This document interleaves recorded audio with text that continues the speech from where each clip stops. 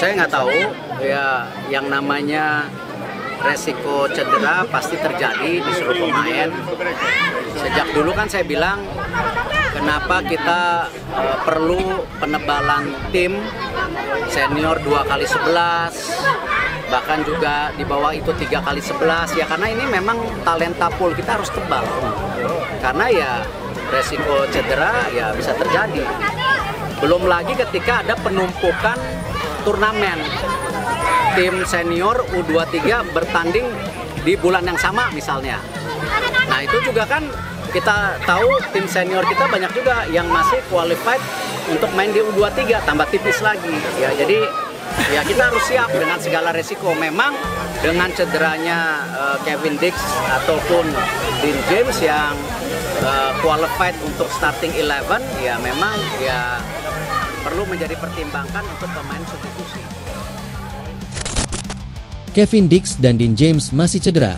Timnas Indonesia pertimbangkan pemain pengganti untuk melawan Cina dan Jepang. Betapa kagetnya media Vietnam lihat Timnas Indonesia dan Cina tiba-tiba kompak. Ternyata skuad Patrick Kluivert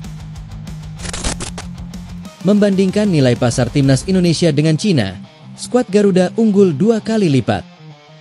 Inilah rangkuman berita terbaru Timnas Indonesia hari ini, dari kemenangan dramatis hingga kabar terbaru soal pemain bintang.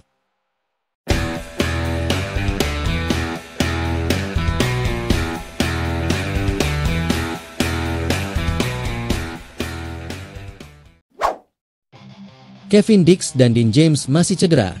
Timnas Indonesia pertimbangkan pemain pengganti untuk melawan Cina dan Jepang. Timnas Indonesia terancam kehilangan 2 pemainnya untuk melawan Cina dan Jepang untuk putaran ketiga Grup C kualifikasi Piala Dunia 2026 zona Asia. Keduanya yaitu Kevin Dix dan Dean James. Dix dan James telah berkutat dengan cedera sejak awal dan pertengahan April 2025. Dix cedera di FC Copenhagen, Denmark, dan James cedera di Go Ahead Eagles, Belanda. Ketua Umum, Ketum, PSSI, Erick Thohir, angkat bicara mengenai kondisi 2 pemain itu. Ia tidak tahu apakah Dix dan James bisa sembuh untuk membela Timnas Indonesia kontra Cina dan Jepang. Saya tidak tahu. Yang namanya risiko cedera pasti terjadi di seluruh pemain. Sejak dahulu, saya bilang kenapa kita perlu penebalan tim senior 2x11, ujar Erick Thohir kepada wartawan. Erick Thohir merasa Timnas Indonesia butuh stok pemain yang banyak. Ini diperlukan untuk mengantisipasi sewaktu-waktu pemain cedera seperti Dix dan James. Bahkan, di bawah itu 3x11. Karena ini memang talent pool kita harus tebal. Karena risiko cedera itu bisa terjadi.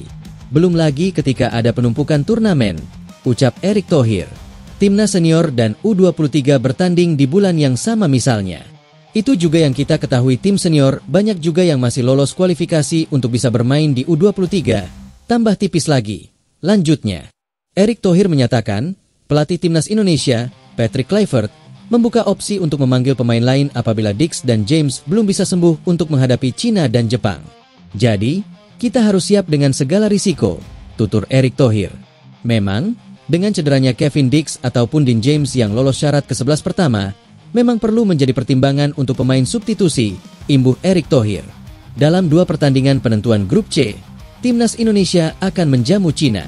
Partai ke-9 itu bakal digelar pada 5 Juni 2025 di Stadion Utama Gelora Bung Karno, SUGBK, Senayan, Jakarta Pusat.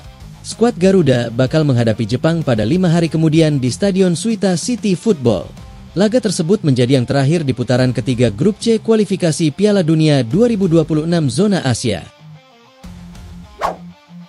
Betapa kagetnya media Vietnam lihat Timnas Indonesia dan Cina tiba-tiba kompak. Ternyata skuad Patrick Kluivert.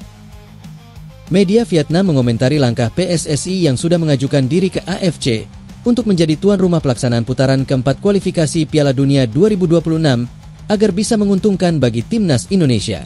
Sebelumnya, pertandingan putaran keempat kualifikasi Piala Dunia 2026 dilakukan di tempat netral. Namun menurut regulasi AFC terbaru, akan ada sistem tuan rumah untuk pertandingan putaran keempat. Perubahan regulasi ini tentu membuat para peserta berbondong-bondong mengajukan diri menjadi tuan rumah. Tak terkecuali PSSI yang ternyata juga mengajukan untuk menjadi tuan rumah putaran keempat.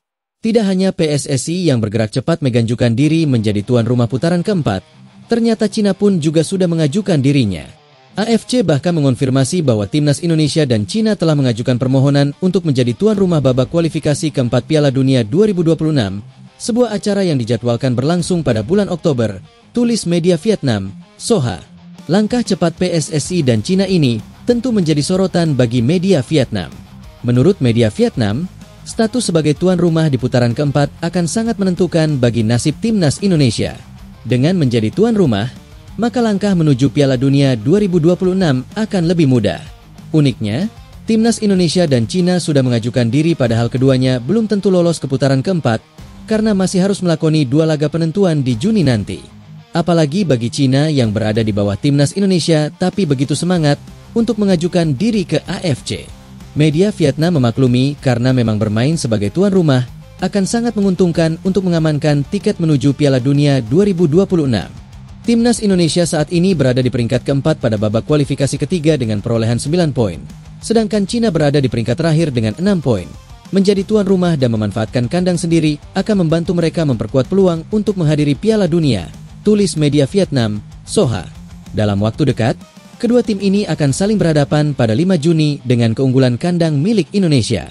Pada leg pertama babak kualifikasi ketiga Piala Dunia 2026, Tiongkok menang 2-1. Lanjutnya,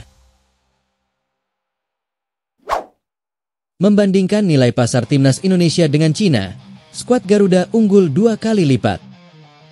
Duel antara Timnas Indonesia versus Cina pada lanjutan putaran ketiga kualifikasi Piala Dunia 2026 zona Asia tidak hanya jadi momen yang sangat menentukan bagi kedua tim, tetapi juga menyajikan perbandingan menarik dari sisi harga pasar pemainnya. Menurut jadwal, pertemuan antara Timnas Indonesia versus Cina bakal berlangsung di Stadion Utama Gelora Bung Karno Senayan, 5 Juni 2025. Menjelang laga ini, perbandingan skuad antara kedua kubu jadi aspek yang layak disorot. Skuad Merah Putih ternyata memiliki nilai pasar yang sangat tinggi dibandingkan Dragon Team. Bahkan, jika ditotal secara keseluruhan, market value yang kini melabeli anak asuh Patrick Kluivert itu bisa 2 kali lipat lebih mahal. Ini tentu tak terlepas dari hadirnya beberapa pemain bintang dari Eropa yang ikut mengatrol nominal nilai pasar Timnas Indonesia dalam beberapa waktu terakhir. Berikut Room Football menyajikan ulasannya. Jika mengacu pada skuad terakhir yang diturunkan Timnas Cina menghadapi Australia pada putaran ketiga kualifikasi Piala Dunia 2026 zona Asia, nilai pasar seluruh pemainnya memang tak terhitung tinggi.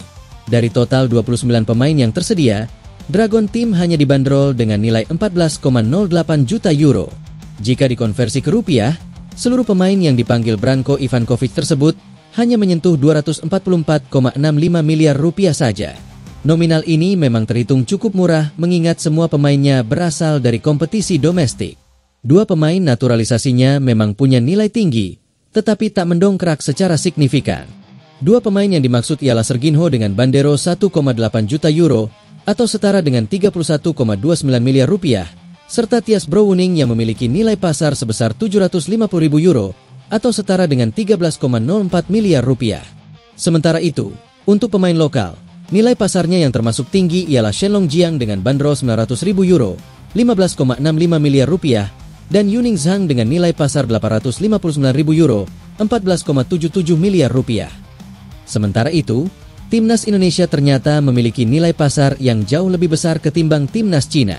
Ini mengacu pada deretan skuad terakhir yang dipanggil Patrick Kluivert ketika melawan Australia dan Bahrain.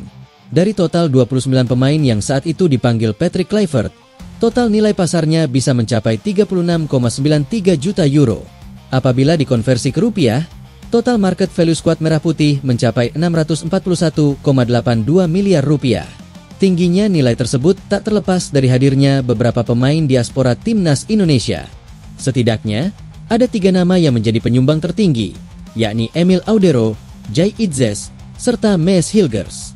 Emil Audero dan Jai Itzes, yang sama-sama berkarir di Italia, saat ini memiliki nilai pasar sebesar 5 juta euro, atau setara dengan 86,91 miliar rupiah. Adapun Mees Hilgers yang berstatus sebagai pemain termahal dibanderol 7 juta euro, atau setara 121,67 miliar rupiah. Selain itu, sebetulnya masih ada beberapa pemain lain yang pengaruhnya cukup signifikan di skuad Garuda, seperti Kevin Dix dengan nilai 4,5 juta euro, 78,22 miliar rupiah, serta Kelvin Verdong yang dibanderol 2,5 juta euro, 43,45 miliar rupiah.